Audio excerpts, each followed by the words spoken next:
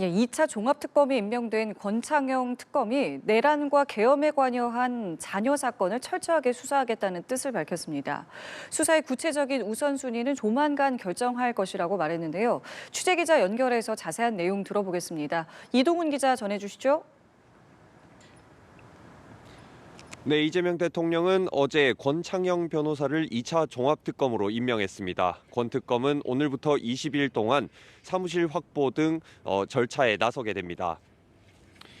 권 특검은 오늘 오전 취재진과 만나 앞으로의 수사 방향에 대해 직접 입장을 밝혔습니다. 3대 특검이 소기의 성과를 거두긴 했지만 여전히 국민의 기대에 미치지 못한 부분이 있다며 내란이나 계엄 가담 행위에 대한 철저한 사실 규명이 필요하다고 강조했습니다.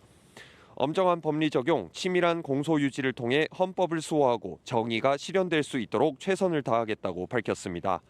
2차 특검의 수사 범위가 방대한 만큼 어떤 의혹에 집중할지도 관심인데요.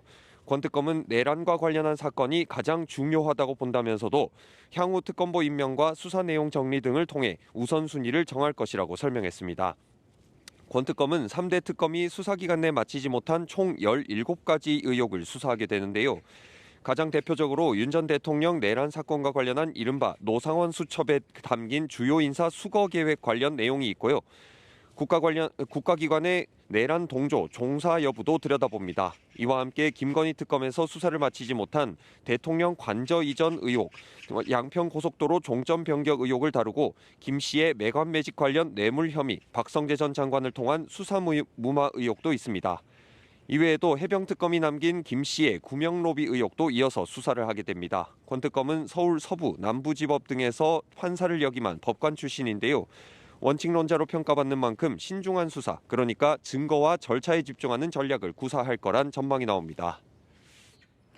자, 그리고 오늘 법관 인사도 예정이 돼 있습니다. 관련 내용도 전해주시죠. 네, 그렇습니다. 오늘 서울중앙지법 등 법관 정기 인사가 예정되어 있는데요.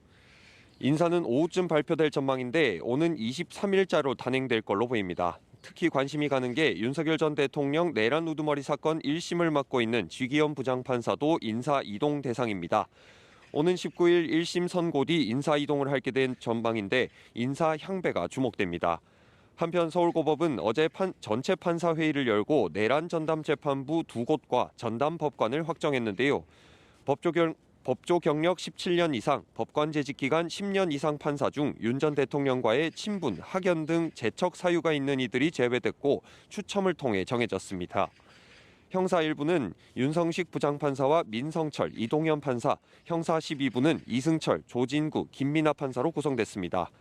두 재판부도 정기 인사부터 오는 23일부터 내란 관련 사건 항소심을 담당하게 됩니다. 지금부터 서울중앙지법에서 전해드렸습니다.